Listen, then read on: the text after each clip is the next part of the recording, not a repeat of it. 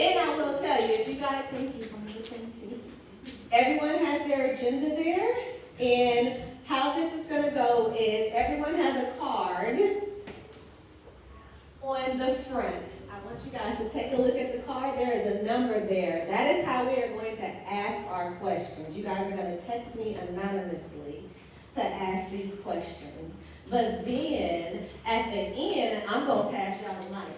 Because we might need some clarification going on after we sit up here. So that's why you guys have your notebooks too, because we're going to go in quarters if you guys see on your agenda, and I want to stick to those topics. But y'all might have some follow-up questions that's going to make itching with y'all, so I want y'all to write those down. And then overtime, that's when we're going to get into that. All right? So everybody look at the phone number. Y'all ready? So, and at the end, there is a barcode or QR code for a survey. But don't look at it yet, because y'all don't know how y'all going to answer them surveys. There's a lot of questions on there that's going to be pertaining to these fellas that we have going on. All right, y'all ready? So, I am going to introduce, oh wait, before we move on, hey Gio, come on, go ahead, take a seat, because we're about to get started. Anywhere, in the back, in the back. All right.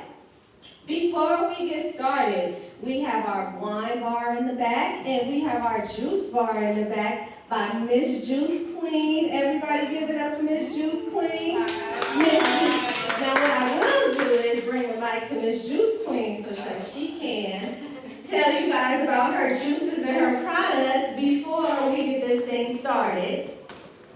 Hi everybody, my name is Margie, officially the Juice Queen. So a little bit about my business. I specialize in more like detox drinks, all greens, ginger shots. I do cleanses. I basically just wanted to bring it to my community because we don't really know about like self-healing and how we can cure disease and recharge our body with just the natural things that we grow in our backyard that we can buy at the grocery store. One of my biggest reasons for doing it was the COVID time because of all the medicine and everything. When you went to the grocery store, it was all off the shelf. So it was like you can find these things in your home and nurture your body with natural things, natural remedies. This here is my refreshers. They're all natural. Pineapple lemonade, strawberry lemonade, and hibiscus water, all made from natural ingredients. It's refreshing for the body and healing. So that's why I wanted to bring it back to my community. Thank you guys for having me. And you guys can follow me on Instagram, the Juice Queen. Yes. They follow me on Instagram, the Juice Queen. Thank you so much, Margie. And then we got OTW. You want to spit? Hold on, we got OTW in the building.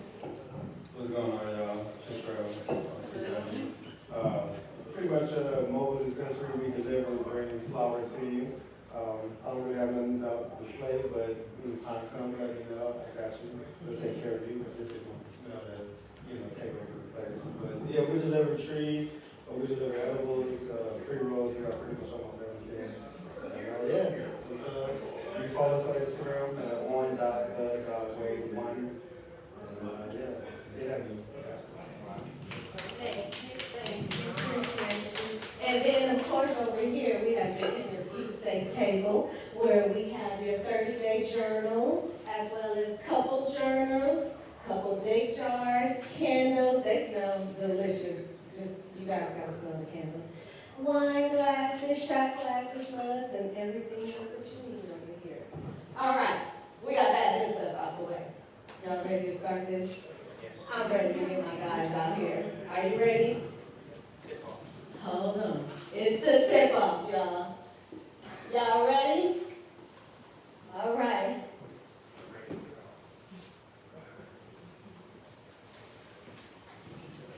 Oh, not the commercial.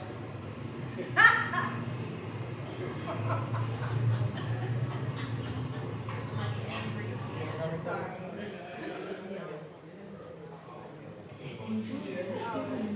Good God, it's getting me. Oh, so they get on there when they sit down. Oh,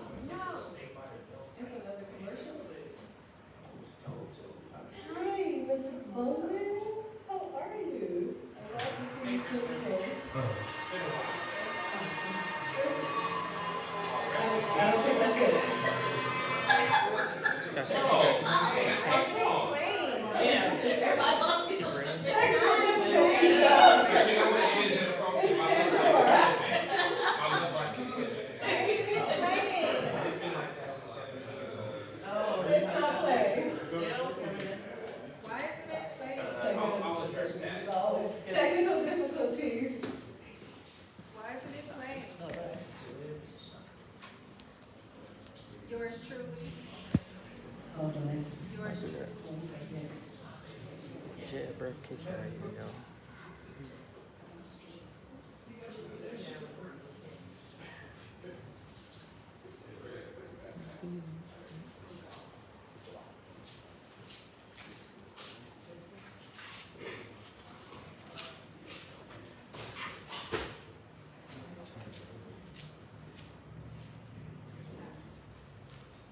You guys are amazing for your patience.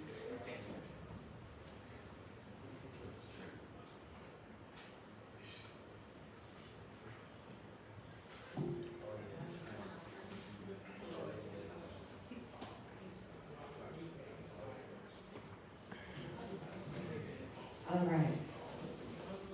And of course, mine will go slow. Okay.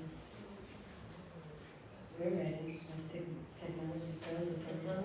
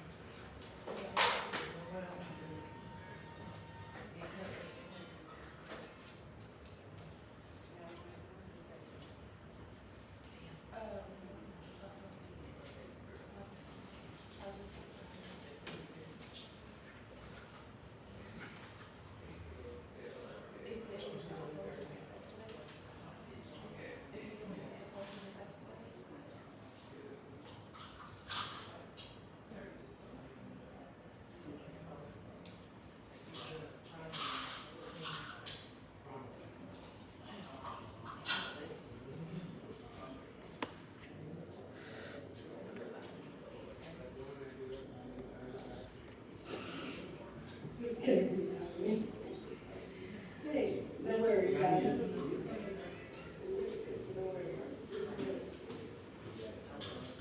All right. Yes. Some of us were trying to connect to it.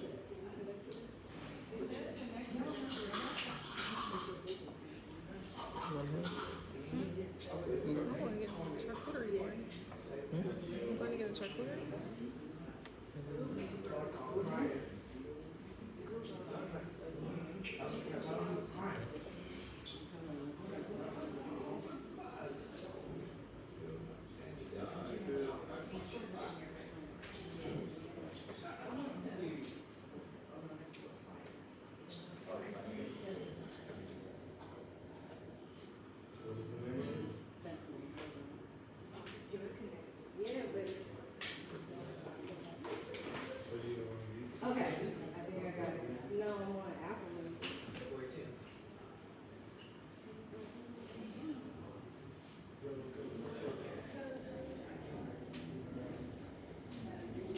Okay, I'm ready.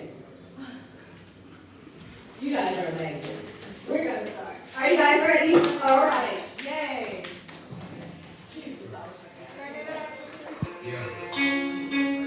What these bitches want from a nigga? What these bitches want from a nigga? What's the name about? What these bitches want from a nigga? Got my guys coming out. Hey, oh! I meet bitches, street bitches, slack, cook 'em, sleep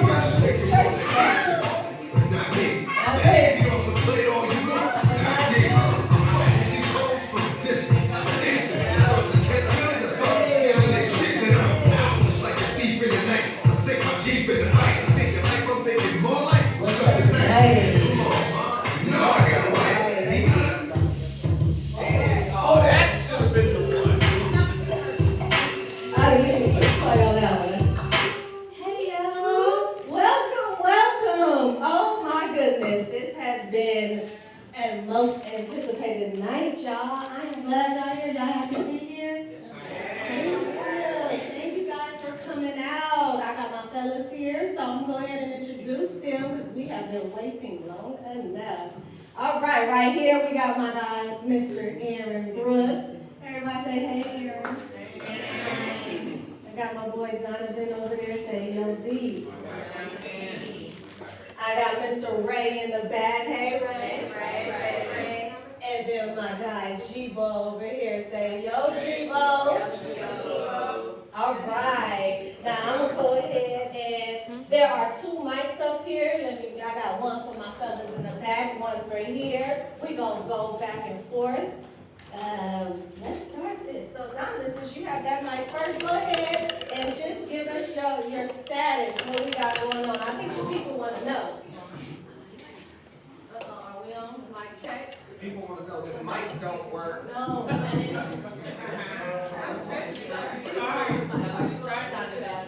Y'all know D right there. Give them your status, please.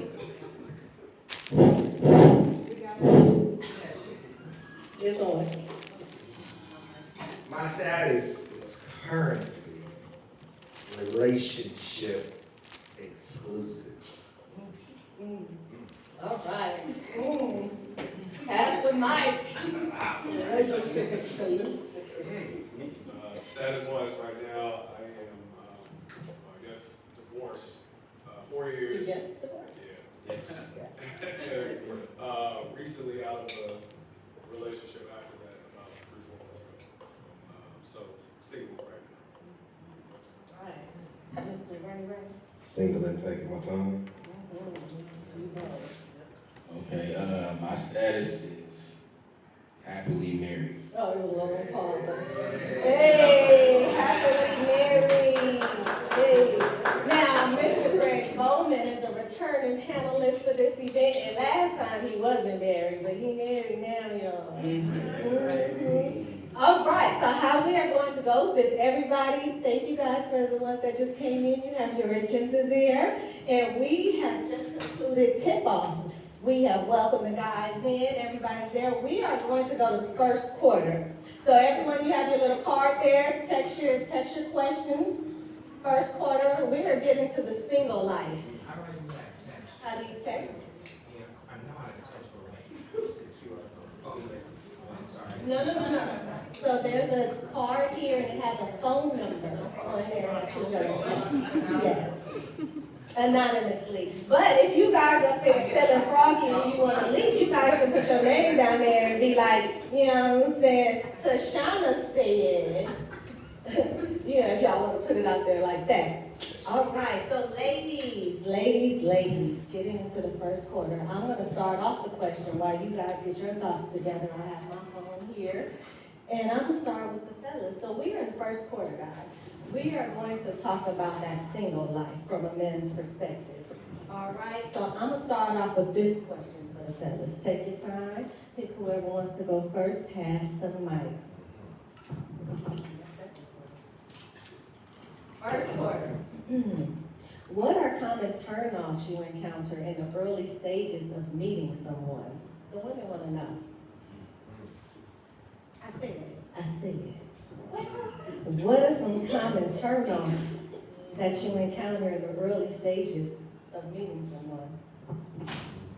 Inconsistency. Expound on that, please. Women will work their way to get into the circle, but won't work keep working and stay in the circle. Okay. Inconsistency, ladies. Y'all hear this? Anyone? For me is asking about my financials right away. You know, it's not that I don't mind sharing, but just asking about them. First date is like, you know, if I tell you I make a certain amount, now we want on the second date, like, you know what I'm saying? You don't have to ask me about my financials on the first date. Let's just genuinely try to get to know each other. Okay. Now, wait a minute, because I want to get a little back on that. Finance. Go ahead. Because that's interesting. We talk about that a lot when it comes to first dates and things like that. And I'm really out here wondering, how do women bring that up? I just don't know how. Are they sitting there at the dinner table and saying, how much you made? Where you work at? Something like that. How are these questions happening? Well, everything can be done subtle. Anything can be done subtle. You can do that. You can even be like, oh, what do you do? You can go home and Google it. Oh, you're the garbage man? You go home and Google, you know what I'm saying? You ain't gotta ask them a dollar amount, you know, like you make over, you don't have to do that. You know, everything can be subtle. Because I think, well, me personally, I can't speak for all men, but it just rubs me the wrong way that you wanna know. There's so many things we can talk about, and this is what you wanna ask me about on the first date. You know what I mean? So. Yeah, I was just gonna say, like, the reluctancy to answer questions. If you end up on the first date, second date, whatever it is, and you really have a man that's trying to get to know you, trying to get to understand your background, and you say, I ain't trying to answer that right now. Like, I ain't trying to be answering all that right now. It really impedes the process of that man trying to get to know you. So that's a term.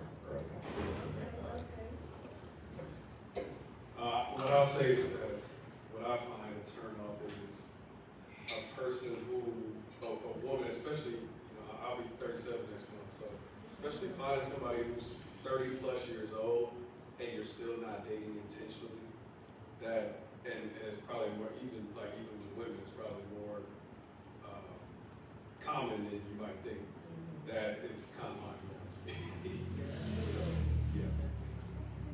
Mr. Ray, you shaking your head real hard back there. You got something? Okay, approved. That's good. We had a question roll in from the audience.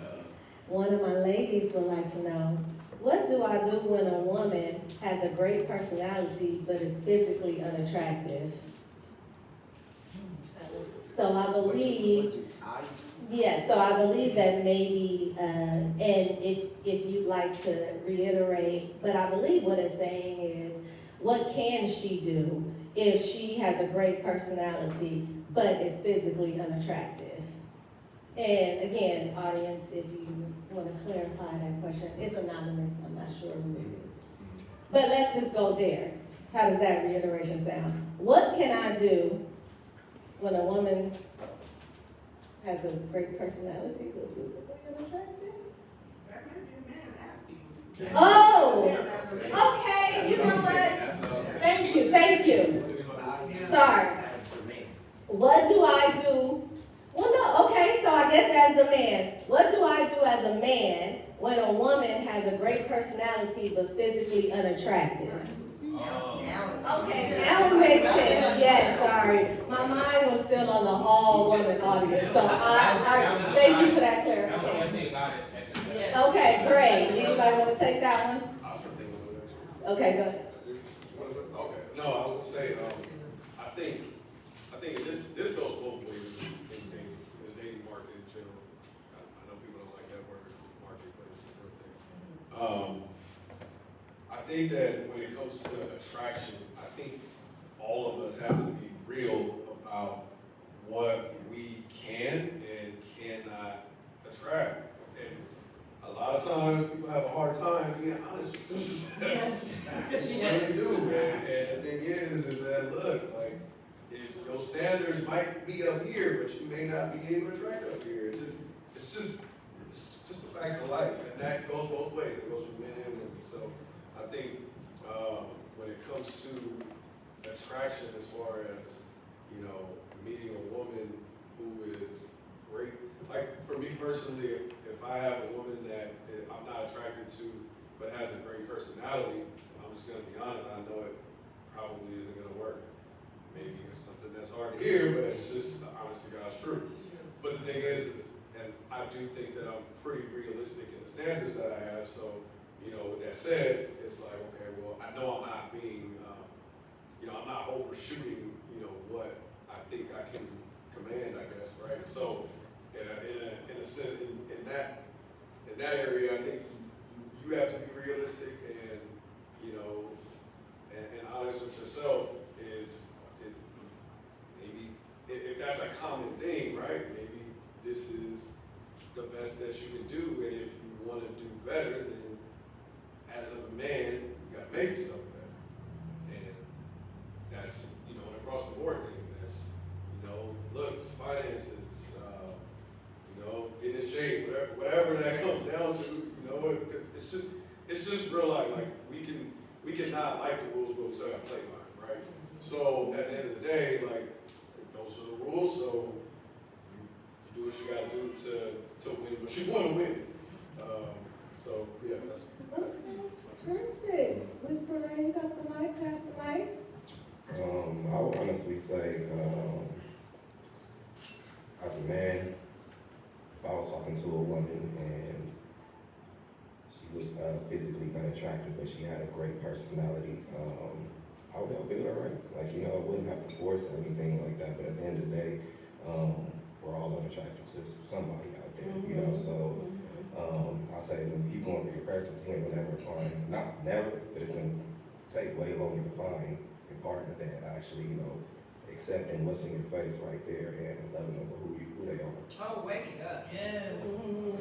So you saying you don't got no makeup, but you saying help them glow up, that's what you saying.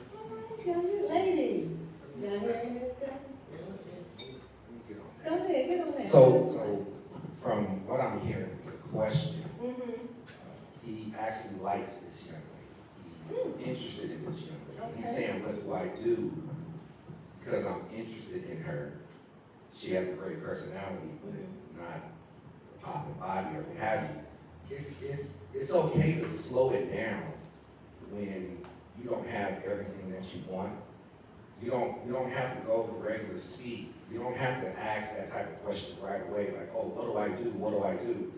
You can take the panic out of the situation and slow it down to really get to see if you guys bond on a deeper level than just physical. You know, so it doesn't have to be by time. You can be more into what matters as opposed to how much time I have to make this happen. All right, so what I hear Donovan saying is that you're worried about that too quick. Worried about it way too quick. Absolutely. And we have a question from the audience, but go I ahead. guess I'll just ask, you know, because this is kind of everybody here. Mm-hmm. As men, can y'all be with somebody that's totally attracted to? I've been, Like, serious question. I've dated a woman that I wasn't attracted to, but that we talking about physical, I've been attracted to their personality though, like, so, you know, it didn't last, but we had a good run, you know what I mean? And it really wasn't because of her physical, it was more so she wanted to go further than I did though. Like, you know, at the time and my age and everything, I wasn't ready for nothing serious. We was just rocking and that was it, like, you know, so. But Go ahead, I'm sorry, go. I'm just curious, Yeah, go ahead. has she been more appealing to you with that, have maybe shifted? I feel like if she was, the way her personality was, I feel like if she was more appealing, she probably would have lacked more, her personality probably would have lacked. You know what I'm saying? So Yeah, it's hard for me to even, you know? Did y'all catch that? Yes. Yeah, so just to comment on that before we move on. Personalities, you can't teach that. Like, you either got it or you don't. You can work on your physical, you know, whether it be working out, whether it be surgery, whatever the case you choose, but the personality, that's dime or dozen, you know what I'm saying? Like, you can't get that everywhere. The glow up. Yeah. But you can't glow up that personality. That was great. Yeah, and again, we have notebooks here for notes and further questions if you guys want to dig a little deeper. But someone would like to know, and I'm going to say someone now, how does a woman who's used to being very independent become dateable without making the man feel less superior? Anonymous. Why you gotta be anonymous? Well, I mean, I heard that correctly. Mm-hmm. We'll repeat it. If you're an independent woman, Mm-hmm. I don't think that should have anything to do with making a man insecure. Did I hear Okay. that correctly? How does a woman who's used to being very independent become dateable without making the man feel less superior? Less superior. Mm-hmm. I don't. So right, so inadequate, that's a good word. So what it sounds like she's saying is that she's very independent, and maybe in her experience in the past she has come across men that has been very, what's the word we want to use? Intimidated by her independence. So it sounds like she's been having that issue in the past, and she would like to know how can she be dateable. So it sounds like she's wondering if it's her. Am I not dateable because I'm independent, or how can I be more dateable because I am independent? Well, I mean, to speak on that, to start a conversation, is for that particular woman, is that where you feel your main attraction is in being independent? So what happens in that situation is that a lot of women who are independent will get on the first date and only talk about how independent they are, and that's all they have to speak about. And so that comes off as, intimidating or, unwanting, if that's all you have to offer or speak about in the early stages of dating. So maybe you want to talk about other things that you do, other hobbies that you're into, things of that sort before you bring in how independent you are to the dating scene.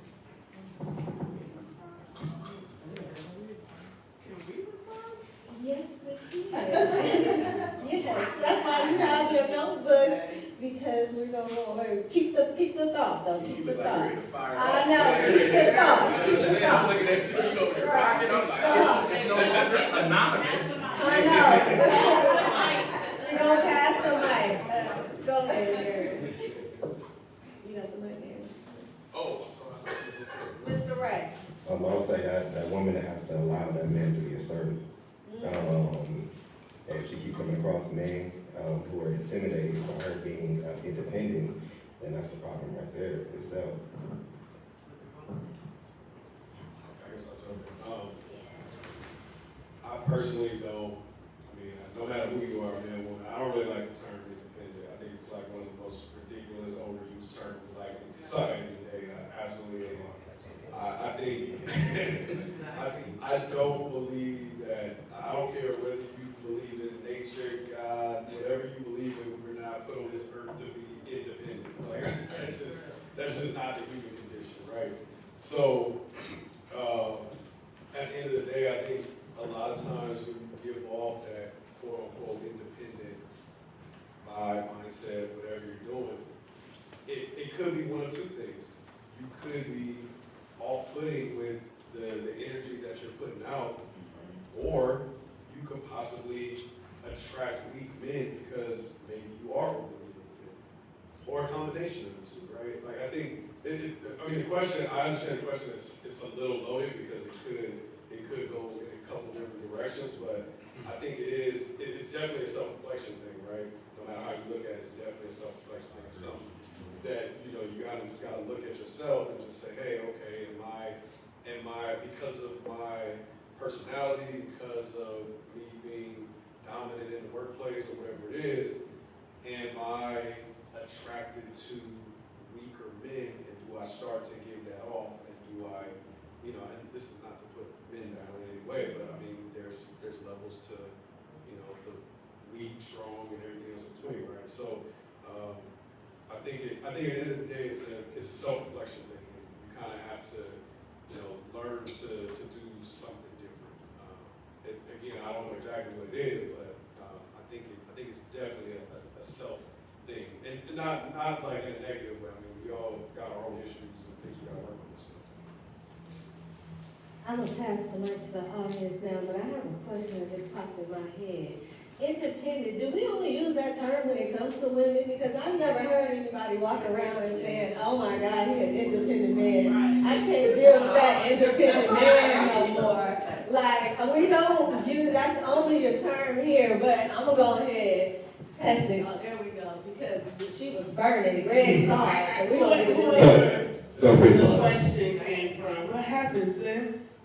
What happened? What happened in your past that make you feel like you have to be independent, right? The right man is that the right man, the righteous man, is going to step in your life, and you're going to feel the essence of him and desire to release all of those things that make you feel that you have to step up to the plate. You don't always have to have the remote control. So the right man that steps into your life, the man that you're dating, you will automatically know that you can trust him. You can let the seat back, you can go to sleep, and he's gonna drive you where you're going. Even if you guys get to the wrong place, you're not gonna say, see, I knew I should have. So my question is, as you said, introspect. Look within. What healing needs to take place so that when you do step in the presence of a man, not a boy, not someone that's trying to figure himself out, because a man, a confident man, is never gonna let or allow your independence or your intelligence, or all those letters you may have behind your name, intimidate him. When something is intimidating, when someone is intimidated, that means they're afraid. Do you want to be with someone that's afraid? You should be accepting or seeing that when you step on the scene. So now it's all about looking in the mirror. Yeah. Thank you. Guys, how you guys feel about that, what she said? Touch on that one. I agree with everything she said, and just to comment on what you were saying too as well. I just feel like independence, like depending on how you look at it, it's the energy. Like I think Aaron's saying about like the energy that sometimes women I've encountered bring with the word, because they have been doing things on their own, so they're used to doing that, right? They're used to doing that, so they approach men in that way, right? Which is fine, because that's how you've been doing things in your life and stuff like that. But at the same time, you still gotta let like a man be a man. You know what I mean? Like, and what I mean by that is like it's not about a superior thing or whatever, anything like that. For example, just give a quick example, like taking the trash out. Like I go. It's like, okay, yeah. I go to my sis' house or anyone's house, and her trash is full. I'm like, I'm gonna take the trash out. Like, it's just, you don't have to do that when I'm here. Like, you good. Like, you know what I'm saying? So it's about that, like, energy.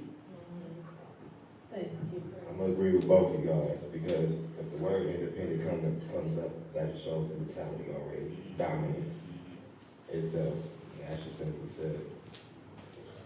Okay, so last question on this, because I am curious. Give me 1 second, Sam. I am curious. Again, the word independence, it seems like it's something that a woman gives off, right? So, thank you, OTW. You guys follow OTW. He's here. We appreciate your time. It's something that a woman gives off. Now, like I said, no one goes around saying independent woman. When you guys are in that position and you're coming across someone, what are the signs that a woman would give off that in your mind is thinking that she's an independent woman? Without the word. Yes, without the word. Without the word. I just say, when it comes to certain essentials, like, if I was to go into a woman's house, I see TV on the wall, I see her car, her bill is taken care of, she has kids is fed, no man around at all. That shows, that shows itself already, so there's really nothing to really brag about that a woman is independent, and we can see it already.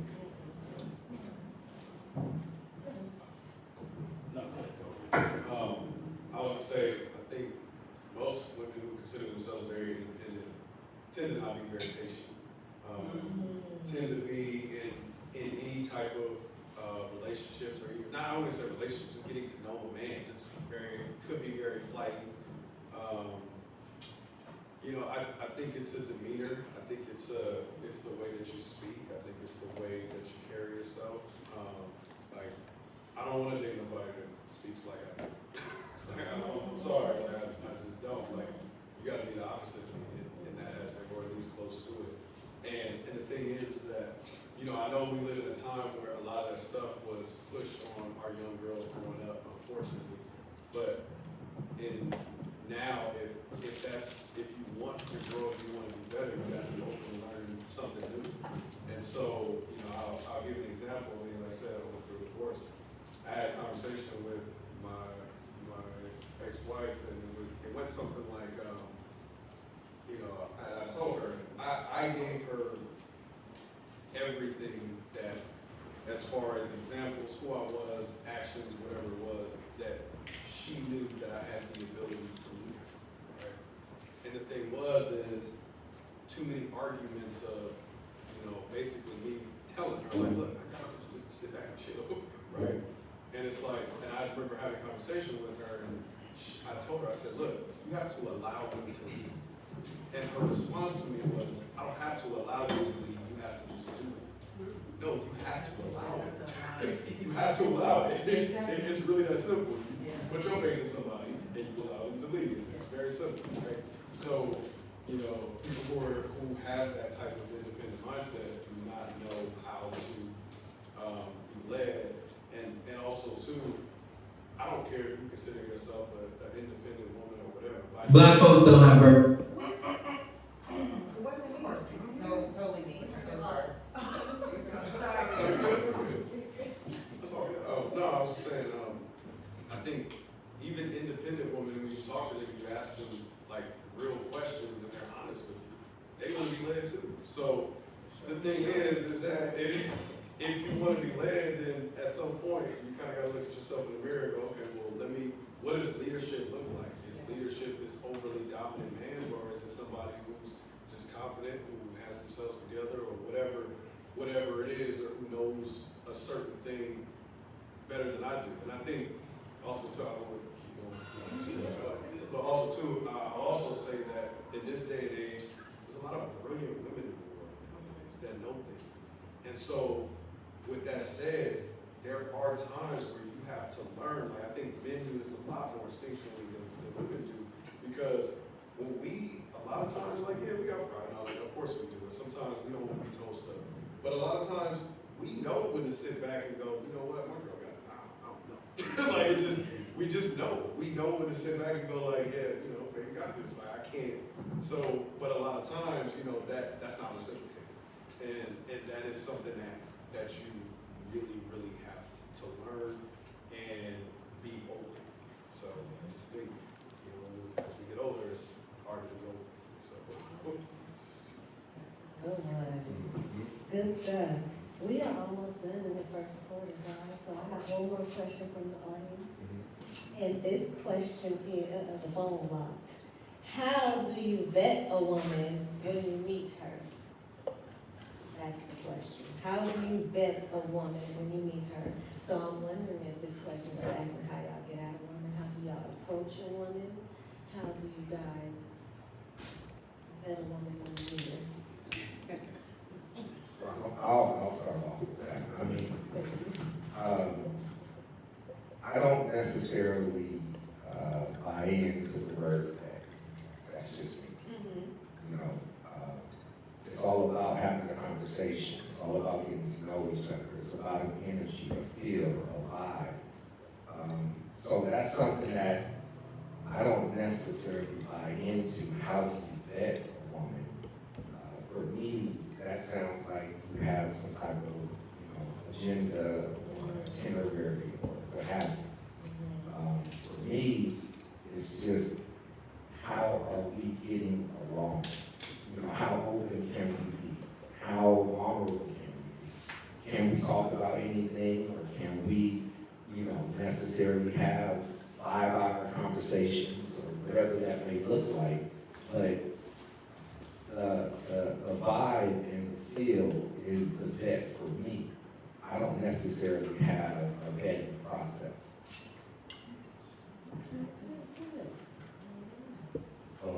I would say I use those 60 seconds, the resources around me. I see that she's pumping her gas, if she's an air note tire, she's going to the store. She said she was going to the tattoo shop. I do tattoos. I would try to give her a beneficial 60 seconds. Because at the end of the day, we all have conversation, so just trying to get her to understand that speaking to me, not really about benefit, but it will benefit from it, That's really it. Beneficial 60 seconds. Is it hot in here?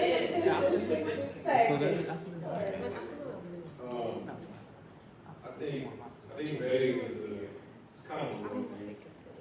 I think the biggest thing that you have to, vet with is you have to make sure you're compatible with someone.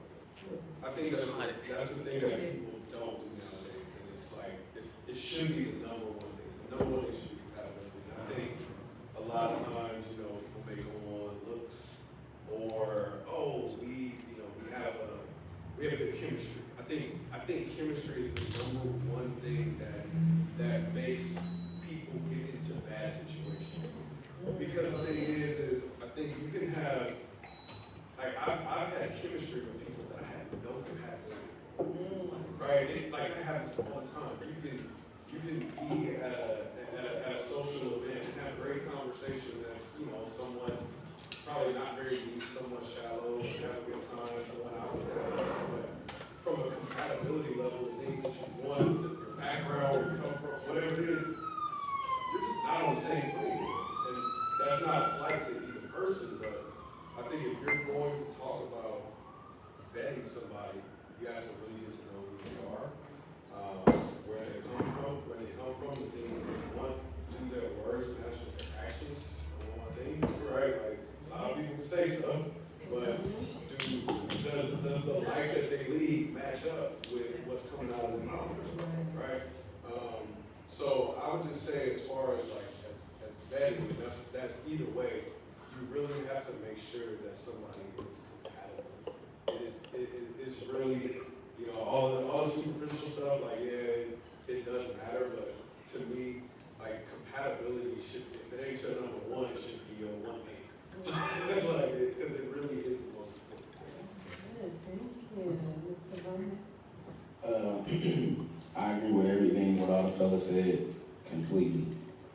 But I also feel like sometimes people step into situations vetting and they're not being honest with themselves. You get caught up in the moment sometimes. Like, we pull up, like this event, for example. We have a couple of drinks, everybody talking, everything's vibing. So you got the rose-colored glasses on. You thinking it's sweeter than what it is. You're really not compatible with her, but you just in the moment. So you got to be honest with yourself sometimes as well, and just really assess the situation, because we all in a place where, especially single and stuff like that, where you try to, you're trying to find that next person. You're trying to get that happiness or whatever the case may be. So you just got to be honest with yourself in the moments as well. Be careful. Be careful. Because my God, There's a lot of nurses that was talking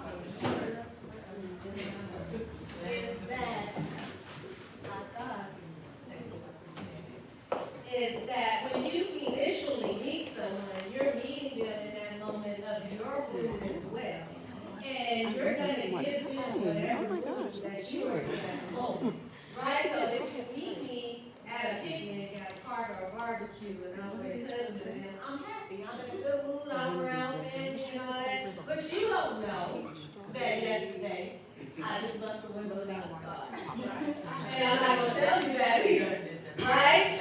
And so, but even outside of that, though, you're not sure if I suffer from anxiety, you're not sure if I have anything else, because in that moment, you met me in that mood. So that was a great thing. That, oh my God.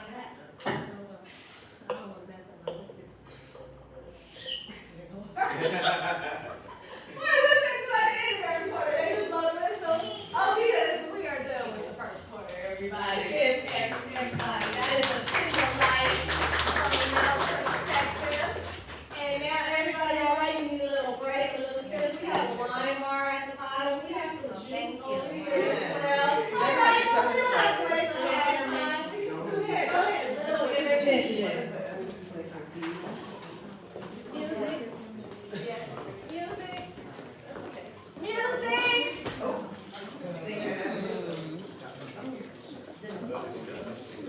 Okay. Which one did you get? The watermelon. Music. Jaya. Which yes, They're just like, it's Moscato. There's peach watermelon.